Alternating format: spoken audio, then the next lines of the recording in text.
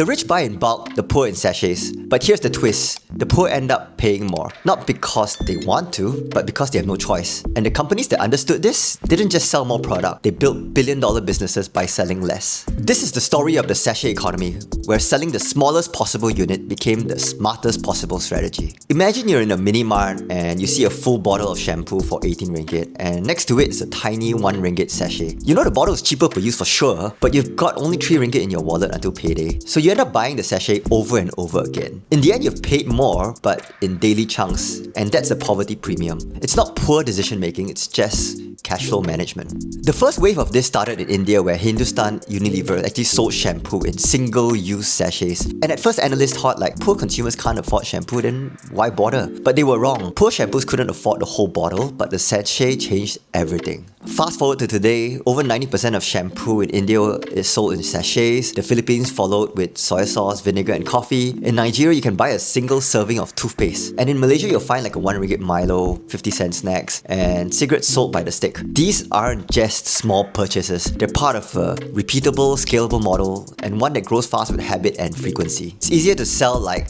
30 1 ringgit items than one 30 ringgit item. And once the habit locks in, the customer sticks to your brand because you're the one that fits into their budget. And that's why Unilever leaned hard into sachets, and today Asia makes like 44% of Unilever's global revenue. They don't just sell shampoo, they sell accessibility at scale. And the sachet economy has totally evolved. It now includes like mobile top-ups where people buy data in like 2 ringgit chunks and not monthly plans. It's in insurance, where in India daily hospital cover can go for like 5 cents. And snacks and drinks, where single sticks, cups, even 10 cents candies. And cleaning products as well, they sell powder in tiny spoonfuls. They aren't just like random poor people habits, they're structured buying patterns in low-income communities. And they've become a core business strategy in places where wages are low, unpredictable, and paid in cash. I still remember when the first time I saw these kind of small packagings, and I thought like, okay, maybe this is for convenience, right? Or for tourists, you know? But it was only later where I learned that, okay, this is actually survival pricing. You're not selling a product, you're selling the ability to afford life today. Western markets scale with big baskets and bulk pricing, but in Southeast Asia, success comes from daily affordability, micro habits, and